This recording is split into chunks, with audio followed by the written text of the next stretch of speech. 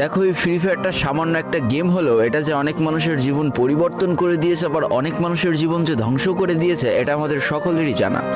তবে সামান্য এই গেমটা যে গোটা একটা পরিবারকে আবার নতুন করে জীবন দান করবে, এটা আসলে সকলের অজানা ছিল। হ্যাঁ বন্ধুরা, আজকের গল্পটি এমনই একটা পরিবারকে নিয়ে যারা এই ফ্রি ফায়ার গেমটাকে একেবারেই সহ্য করতে পারতো না, বরং তাদের সন্তান যখন এই গেমটা খেলতো তারা আরও উল্টো বকাবকি করতো। আর ভাগ্যের কি অপূর্ব লীলা খেলা, তখন সেই গেমটা আজকে গোটা পরিবারটাকে বাঁচিয়ে রেখেছে। আর এখন তার বাবা মাও উৎসাহ দেয় তাদের সন্তানকে যে ফ্রি ফায়ার খেলো। এজন্যই চলো জেনে আসি আসলে কি এমন ঘটেছিল ওই পরিবারটার সাথে। তো বেশি ব্যাকপ্যাক না করে ছোট্ট একটা ইন্ট্রো দিয়ে আজকের ভিডিও শুরু করা যায়। তো আজকের গল্পটা শুরু হতে চলেছে ছোট্ট একটা গ্রামের ছোট্ট একটা পরিবারকে নিয়ে। বাবা মা এবং তাদের দুই সন্তান অর্থাৎ দুই ভাই, ছোট্ট একটা পরিবার, খুব সুন্দরভাবে তাদের জীবনযাত্রা চলে যাচ্ছিল। বড় ভাই একটা কোম্পানিতে লেবারের চাকরি করে, বাবা কৃষি কাজ করে, আর তাদের ছোট সন্তান অর্থাৎ ছোট ছেলে কিন্তু ক্লাস 8-এ পড়াশোনা করে।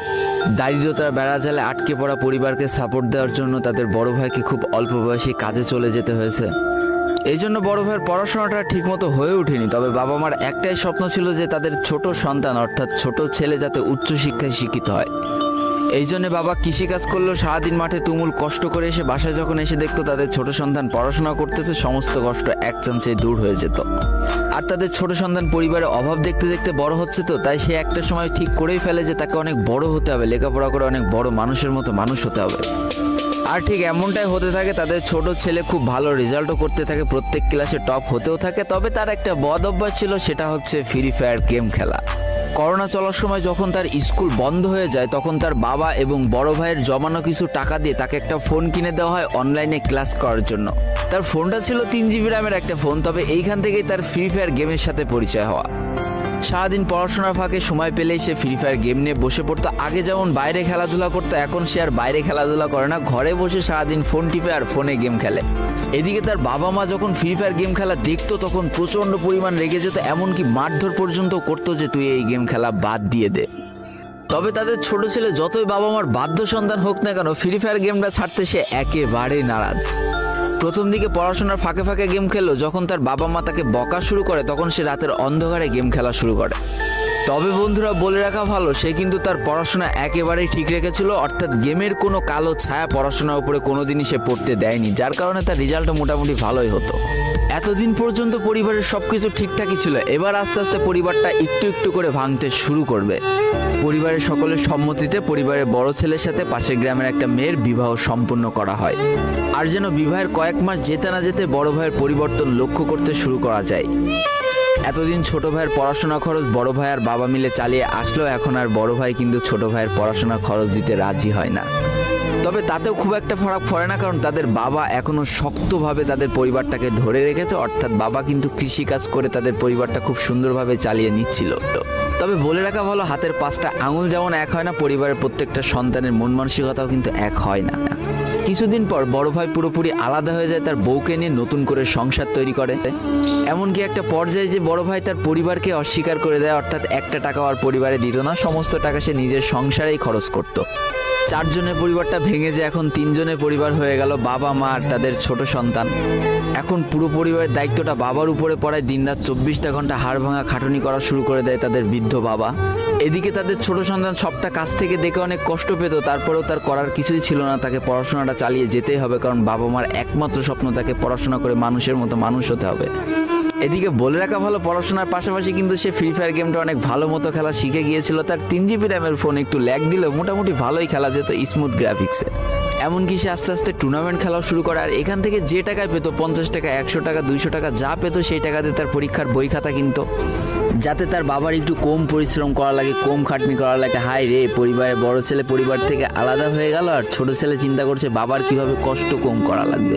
এরই মাঝে সে একদিন চিন্তা করে, সে তো টুর্নামেন্টে অনেক ভালো পারফরমেন্স করছে, তাহলে তার একটা ইউটিউব চ্যানেল খোলার দরকার। অন্তত টুর্নামেন্টের ম্যাচগুলো ইউটিউবে ছাড়লো, যদি কপালে ভালো কিছু লেখা থাকে। এমনই একদিন তার একটা টুর্নামেন্ট চলছিল, সে বারান্দায় বসে বসে টুর্নামেন্টটা খেলছিল। আর ঠিক সেই সময় তার বাবা হাড় ভাঙা খাটুনি করে মাঠ থেকে কেবলই বাসায় ঢুকছিল।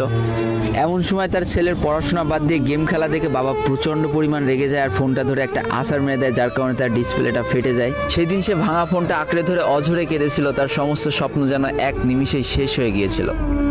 তারপরে সে স্কুলে যাওয়ার জন্য যে টাকা পেত সেই টাকাগুলো জমিয়ে জমে একটা সময় তার ফোনের ডিসপ্লেটা ঠিক করে, আর ডিসপ্লে ঠিক করতে 1500 টাকা লেগেছিল, আর সময় লেগেছিল প্রায় 4.5 মাস।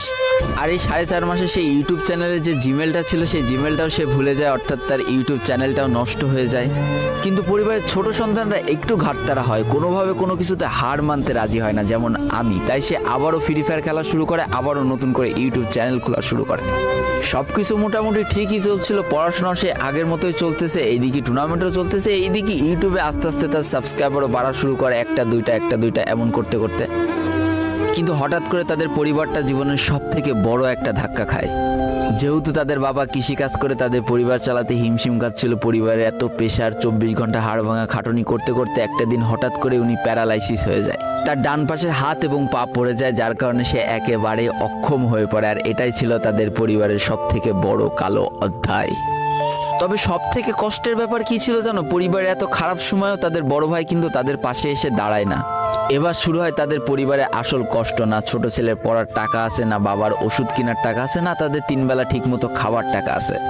কি আর করবে, পরিবারে এই অসহায় অবস্থা দেখে না খেয়ে তো মরা যায় না, তাই তাদের মা লোকের বাসায় কাজ করা শুরু করে দেয়। কিন্তু কাজ করে 3 বেলা খাবার জোটানো গেলেও বাবার ওষুধ আর সন্তানের পড়াশোনার খরচ চালাইতে হিমশিম খাচ্ছিল তাদের মা। ঠিক এই সময়টায় পরিবারের ছোট ছেলে সারাদিন চিন্তা করতে থাকে যে আসলে তার কি করা উচিত, কি করলে পরিবারের সবাই ভালো থাকবে, কি করলে বাবার ওষুধ কেনার টাকা সে জোগাড় করতে পারবে, কি করলে বাবা মার স্বপ্ন পূরণের জন্য সে পড়াশোনা করতে পারবে। তার সামনে শুধু একটা অপশনে খোলা ছিল, সেটা হচ্ছে ফ্রি ফায়ার গেমটা। কি আর করবে, সারাদিন সে পড়াশোনা করতো আর সারা রাত ফ্রি ফায়ার গেম খেলে খেলে ভিডিও আপলোড করা শুরু করে ইউটিউবে।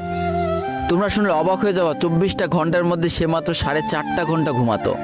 দিনের বেলা স্কুলে থাকতো, স্কুল থেকে এসে সে একটা চার দোকানে কাজ করতো, চার দোকান থেকে বাসায় এসে পড়াশোনা করতো, পড়াশোনার পরে রাত্রেবেলা ফ্রি ফায়ার গেম খেলে ভিডিও আপলোড করতো। সৃষ্টিকর্তা হয়তো তাদের কষ্টটা দেখেছিল, তাই তার বেশি দিন কষ্ট করা লাগেনি। 4.5 মাসের মাথায় তার একটা ভিডিও ভাইরাল হয়ে যায়। ব্যাস, লাইফের মোড়টা এইখান থেকে ঘুরে গিয়েছিল। তোমরা সকলে জানো একটা ভিডিও ভাইরাল হলে আসলে কি হয়। সব জায়গায় তার নাম ছড়িয়ে যায়, মানুষ আস্তে আস্তে তার ভিডিও দেখতে শুরু করে, তাকে পছন্দ করতে শুরু করে, তার গেম প্লে ভালো লাগতে শুরু করে। একটা সময় সে একটা ভালো প্লেয়ার হয়ে যায়। আর সে জীবনে প্রথম পেমেন্ট পেয়েছিল 12,500 টাকার, যেখান থেকে 7,000 টাকার তার বাবার জন্য ওষুধ